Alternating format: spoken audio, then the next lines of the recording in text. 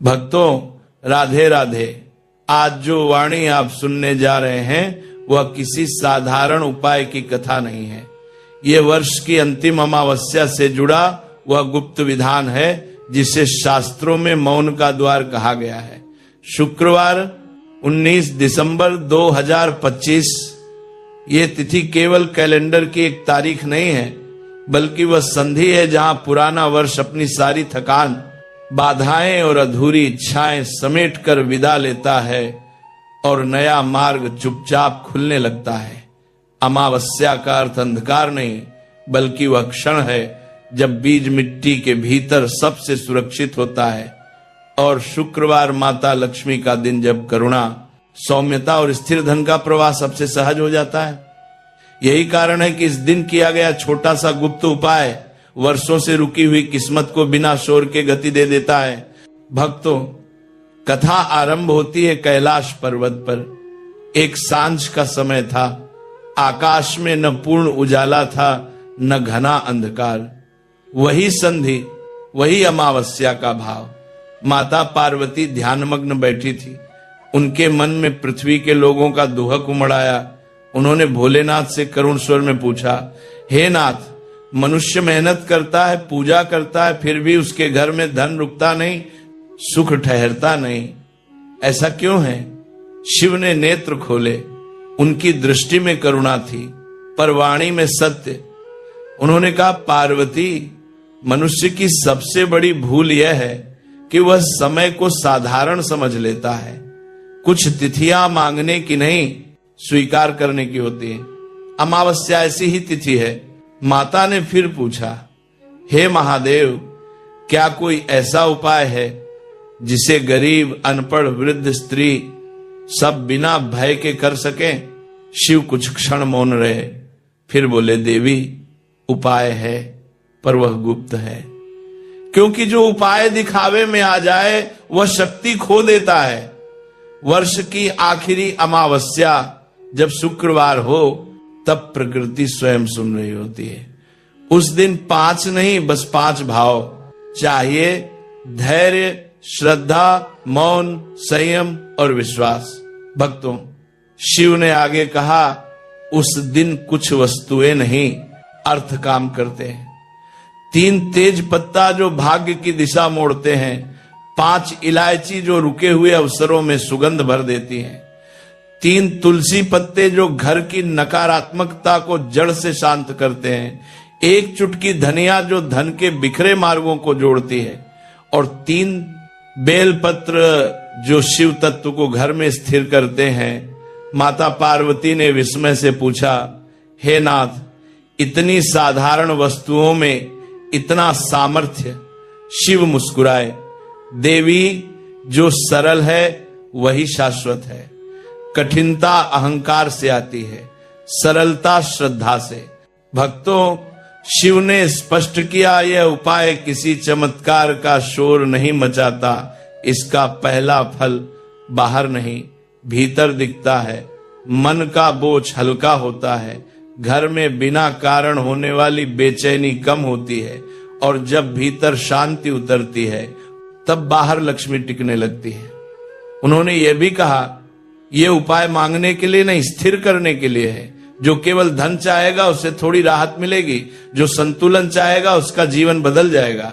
माता पार्वती ने विनम्र होकर पूछा, हे प्रभु, क्या इस दिन कोई विशेष सावधानी? शिव ने 3 बातें कही। पहली, उस दिन कटुवाणी से बचना। दूसरी, किसी को अपमान न करना। तीसरी, उपाय के बाद चर्चा न करना। याद रखो, बीज को मिट्टी में छुपा कर रखा जाता है, दिखाकर नहीं। कैलाश में मौन छा गया। नंदीश्वर भी स्थिर हो गए। वातावरण में वही शांति थी जो अमावस्या की पहचान है। भक्तों, कैलाश पर्वत पर वही मौन था, पर उस मौन में अब रहस्य की गहराई उतर चुकी थी। माता पार्वती एकाग्र थी, क्योंकि वे जानती थीं कि अब जो शब्द प्रकट होंगे वे केवल सुनने के लिए नहीं, बल्कि जीवन में उतारने के लिए होंगे। उन्होंने विनम्र स्वर में पूछा, हे महादेव, अब कृपा करके यह स्पष्ट कीजिए कि यह उपाय मनुष्य करे कैसे, ताकि कोई भ्रम न रहे कोई भय न रहे और साधारण गृहस्थ भी इसे बिना गलती के कर सके। शिव गंभीर हुए, क्योंकि यही वो चरण होता है जहां अधिकतर लोग चूक जाते हैं। उन्होंने कहा, देवी याद रखो, ये उपाय वस्तुओं से नहीं स्थिति से सिद्ध होता है। इसलिए सबसे पहले मनुष्य को यह समझना होगा कि वर्ष की आखिरी अमावस्या कोई सामान्य रात नहीं है।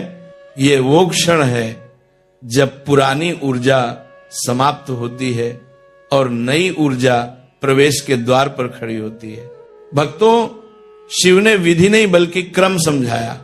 उन्होंने कहा, शुक्रवार 19 दिसंबर 2025 को सूर्यास्त के बाद का समय सबसे उपयुक्त है, क्योंकि वही समय है जब दिन और रात की सीमाएं पिघल जाती हैं। मनुष्य को चाहिए कि सूर्य डूबने से पहले ही 3 तेज पत्ता, 5 इलायची, 3 तुलसी पत्ते, 1 चुटकी धनिया और 3 बेलपत्र अपने पास रख ले। ध्यान रहे, ये वस्तुएं उधार की ना हो, टूटी फूटी ना हो और मन में जल्दबाजी न हो, क्योंकि जो कर्म जल्दबाजी में किया जाता है वह फल से पहले ही थक जाता है। माता पार्वती ने सिर झुकाकर यह बात स्वीकार की। शिव ने आगे कहा, जब समय आए तब घर के किसी शांत स्थान पर जहां साफ सफाई हो, पूर्व या उत्तर दिशा की ओर मुख करके बैठ जाए। कोई बड़ा आसन, कोई भारी पूजा की आवश्यकता नहीं। बस मनुष्य कुछ क्षण आंख बंद करके इतना सोच ले कि आज मैं कुछ पाने नहीं, कुछ छोड़ने बैठा हूं। अपनी रुकावट, अपनी बेचैनी, अपना डर, यही वह बिंदु है जहां ये उपाय साधारण से असाधारण बन जाता है। इसके बाद शिव ने एक एक वस्तु का भाव बताया। उन्होंने कहा, 3 तेज पत्ते हाथ में लेकर मन ही मन ये भाव करो कि मेरे जीवन की जो दिशा भटकी हुई है वह आज सही मार्ग पर लौटे।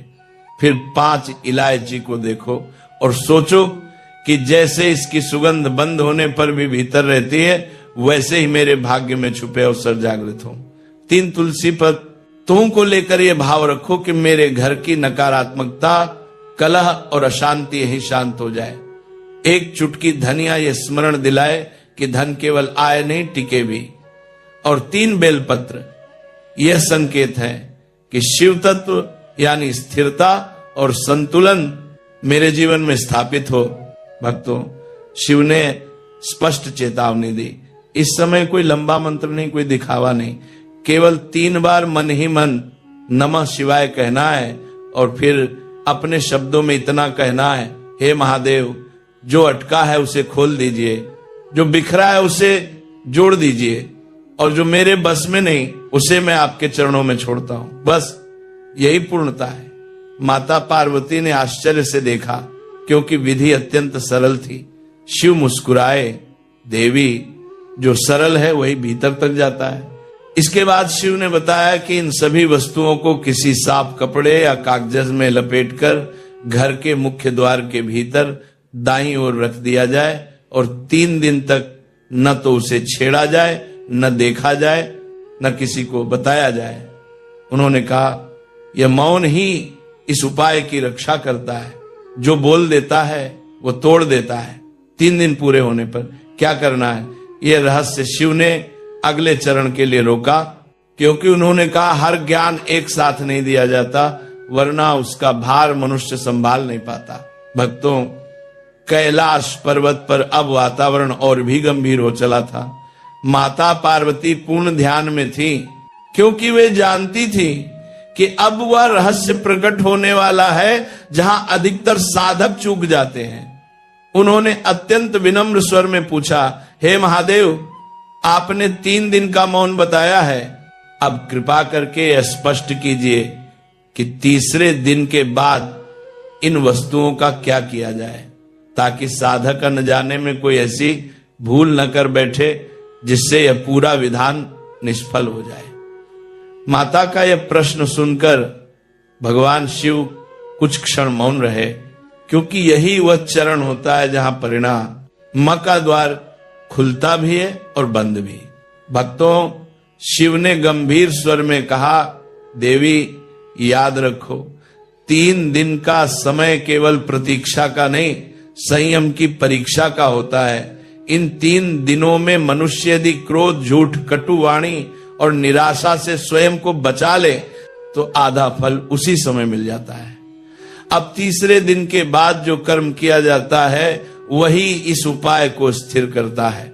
माता पार्वती एक एक शब्द को हृदय में उतार रही थी। शिव ने आगे कहा, 3 दिन पूर्ण होने पर चौथे दिन प्रातः काल सूर्योदय के बाद साधक को शांत मन से उठना चाहिए, बिना किसी को बताए, बिना किसी दिखावे के। सबसे पहले उन वस्तुओं को हाथ में लेकर मन ही मन इतना कहना चाहिए, हे शिव, आपने जो मुझे सौंपा था उसे मैंने धैर्य से रखा, अब जो आप उचित समझें वही करें। यही भाव इस उपाय की कुंजी है। भक्तों, ये वह क्षण है जहां मनुष्य छोड़ना सीखता है, और जो छोड़ना सीख लेता है उसी के पास सब टिकता है। इसके बाद शिव ने विधि बताई। उन्होंने कहा, 3 तेज पत्ते, 5 इलायची, 3 तुलसी पत्ते और 1 चुटकी धनिया, इन सभी को या तो किसी बहते हुए जल में प्रवाहित कर देना चाहिए या फिर किसी साफ और जीवित पेड़ की जड़ में डाल देना चाहिए। ये विसर्जन नहीं, समर्पण है। इसका अर्थ यह है कि जो रुका हुआ था उसे अब प्रकृति के प्रवाह में सौंप दिया गया है। माता पार्वती ने पूछा, हे नाथ, यदि बहता जल उपलब्ध न हो? शिव बोले, देवी, तब वृक्ष की जड़ सर्वोत्तम है, क्योंकि वृक्ष देना जानता है, रोकना नहीं। भक्तों, इसके बाद शिव ने बेलपत्रों का रहस्य बताया। उन्होंने कहा, 3 बेलपत्रों को अलग रखकर घर के किसी पवित्र स्थान पर या पूजा स्थान में रख देना चाहिए। इन्हें फेंकना नहीं है। यह संकेत है कि शिव तत्व अब घर में स्थिर हो चुका है। फिर शिव ने इलायची और धनिया के प्रभाव को समझाते हुए कहा, जो वस्तु सुगंध देती है वह अवसर खोलती है, और जो बीज है वह धन को टिकाता है। माता पार्वती ने फिर वह प्रश्न पूछा जो हर गृहस्थ के मन में होता है, हे प्रभु, साधक कैसे जाने कि अब उसका उपाय स्वीकार हो गया है? शिव मुस्कुराए, पर वाणी में गहराई थी। उन्होंने कहा, देवी, शिव का विधान शोर नहीं करता, संकेत बहुत सूक्ष्म होते हैं। पहला संकेत यह होगा कि मनुष्य के भीतर बिना कारण का भय कम होने लगेगा। जो चिंता पहले भारी लगती थी वो अब उतनी डरावनी नहीं लगेगी। दूसरा संकेत यह होगा कि घर में छोटे छोटे झगड़े स्वयं शांत होने लगेंगे। और तीसरा संकेत, जिसे बहुत कम लोग पहचान पाते हैं, वो ये है कि अचानक कोई रुका हुआ कार्य चर्चा में आ जाएगा, कोई रास्ता दिखने लगेगा बिना जोर लगाए। भक्तों, शिव ने यही एक कठोर सत्य भी बताया। उन्होंने कहा, देवी, यदि कोई व्यक्ति उपाय करने के बाद भी बार बार ये कहे कि हमारे भाग्य में कुछ नहीं, हमारे साथ ही हमेशा गलत होता है, तो वही वाणी उस ऊर्जा को वापस बुला लेती है जिससे ये उपाय हटाता है। माता पार्वती गंभीर हो गई। शिव बोले, याद रखो, उपाय द्वार खोलता है, लेकिन द्वार से बाहर निकलना मनुष्य को स्वयं सीखना पड़ता है। इसके बाद शिव ने उन भूलों का उल्लेख किया जो इस पूरे विधान को निष्फल कर देती हैं। उन्होंने कहा, पहली भूल उपाय के बाद दूसरों को बताना, दूसरी भूल तुरंत परिणाम गिनना, और तीसरी सबसे सूक्ष्म भूल अहंकार, ये सोचना कि ये सब मेरी वजह से हुआ। शिव ने स्पष्ट कहा, जहां अहंकार आया वहां शिव तत्व हट जाता है। भक्तों, कैलाश पर्वत पर संवाद अब अपने सबसे गहरे चरण में प्रवेश कर चुका था। माता पार्वती शांत थी, पर उनके हृदय में पृथ्वी के उन लोगों की छवि थी जो मेहनत करते हैं फिर भी टूट जाते हैं।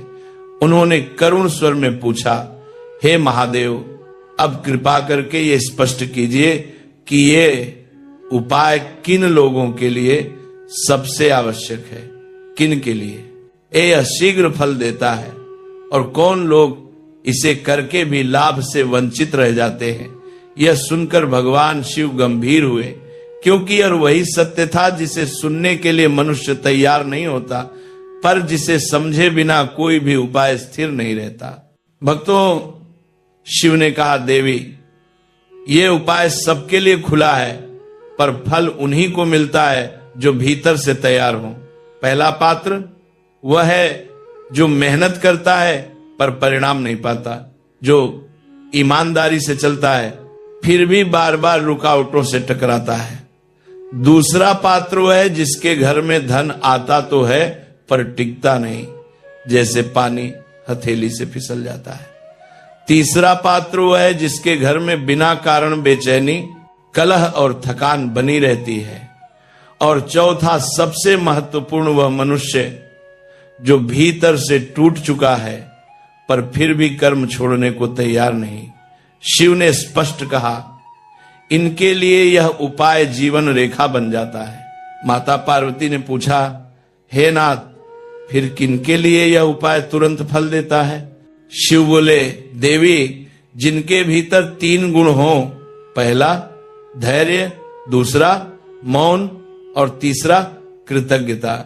जो व्यक्ति उपाय करने के बाद भी शांत रहता है, परिणाम की गिनती नहीं करता, और जो थोड़ा भी सुधार दिखे उस पर मन ही मन धन्यवाद करता है, उसके लिए यह विधान शीघ्र जीवित हो उठता है।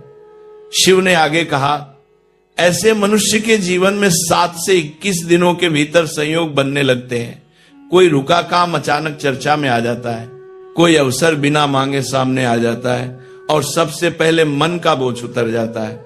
भक्तों, शिव ने फिर एक कठोर सत्य प्रकट किया। उन्होंने कहा, देवी, कुछ लोग ऐसे भी होते हैं जो ये उपाय करते तो हैं पर फल नहीं पाते। पहला कारण लालच, वे इसे जादू समझते हैं। दूसरा कारण अविश्वास, भीतर ही भीतर सोचते हैं कि देखा जाए क्या होता है। और तीसरा पुरानी वाणी, उपाय के बाद भी वही नकारात्मक शब्द, वही शिकायतें, वही स्वयं ओ दुर्भाग्यशाली कहना। शिव ने दृढ़ स्वर में कहा, याद रखो, वाणी वही ऊर्जा बुलाती है जिससे वह बनी होती है। माता पार्वती ने फिर पूछा, हे प्रभु, यदि किसी को फल मिल जाए तो उसे स्थिर कैसे रखा जाए? शिव ने उत्तर दिया, देवी, फल को स्थिर रखने का एक ही उपाय है, निरंतर कर्म और संयम। यह उपाय किसी को आलसी नहीं बनाता। जो सोच ले कि अब सब अपने आप होगा, वह स्वयं द्वार बंद कर देता है। शिव उसी के साथ चलते हैं जो स्वयं चलने का साहस करता है। उन्होंने कहा, सप्ताह में एक दिन भी यदि मनुष्य बिना कुछ मांगे केवल धन्यवाद के लिए शिव को स्मरण कर ले तो यह फल लंबे समय तक टिकता है। आपकी करता है। भक्तों, कैलाश पर्वत पर पूर्ण मौन था, वह मौन जिसमें उत्तर भी छिपा होता है और आश्वासन भी। माता पार्वती ने अंतिम जिज्ञासा प्रकट की, हे महादेव, यदि यह उपाय फल दे दे तो मनुष्य उसे स्थिर कैसे रखे? क्या इसे जीवन में दोहराना चाहिए? और वह कौन सी एक आदत है जो पूरे फल को नष्ट कर देती है? यह सुनकर भगवान शिव ने वही गंभीर स्वर धारण किया जिसमें सृष्टि का संतुलन बोलता है। उन्होंने कहा, देवी, याद रखो, उपाय दरवाजा खोलता है, जीवनचर्या उस दरवाजे को खुला रखती है। ये उपाय बार बार करने के लिए नहीं है, इसे तभी दोहराया जाए जब मनुष्य भीतर से फिर टूट जाए या वही पुरानी रुकावटें लंबे समय तक लौटाएं। सामान्यतः इसे वर्ष में एक बार, विशेषकर वर्ष की आखिरी अमावस्या या शुक्रवार को पड़ने वाली अमावस्या में श्रद्धा से किया जा सकता है, लालच से नहीं। भक्तों, शिव ने स्थिरता का सूत्र बताया। फल को स्थिर रखने के लिए 3 बातें आवश्यक हैं। पहली, कृतज्ञता। उपाय के बाद यदि जीवन में थोड़ी भी शांति, थोड़ी भी राहत दिखे तो मन ही मन धन्यवाद कहना। जिसने धन्यवाद सीख लिया उसकी कृपा लौटती नहीं। दूसरी, संयम। उपाय के बाद वही कटुवाणी, वही क्रोध, वही शिकायतें, ये सब उस ऊर्जा को वापस बुला लेता है जिसे उपाय ने शांत किया था। और तीसरी, निरंतर कर्म। यह विधान किसी को आलसी नहीं बनाता। शिव उसी के साथ चलते हैं जो स्वयं चलने का साहस करता है। माता पार्वती ने पूछा, हे प्रभु, वह कौन सी एक आदत है जो पूरे फल को नष्ट कर देती है? शिव ने स्पष्ट कहा, देवी, निरंतर शिकायत जो मनुष्य बार बार कहता है कि मेरे साथ ही गलत होता है, मेरे भाग्य में कुछ नहीं, वही वाणी उसी अभाव को स्थिर कर देती है। याद रखो, वाणी बीज है, जो बोगे वही उगेगा। भक्तों, शिव ने यह भी कहा, फल का अंतिम संकेत बाहर नहीं, भीतर दिखाई देता है। मन हल्का हो जाए, घर में बैठते ही शांति मिले, नींद सुधरे और बिना जोर लगाए रास्ते दिखने लगे। जब ये होने लगे तब निश्चिंत हो जाना, प्रवाह शुरू हो चुका।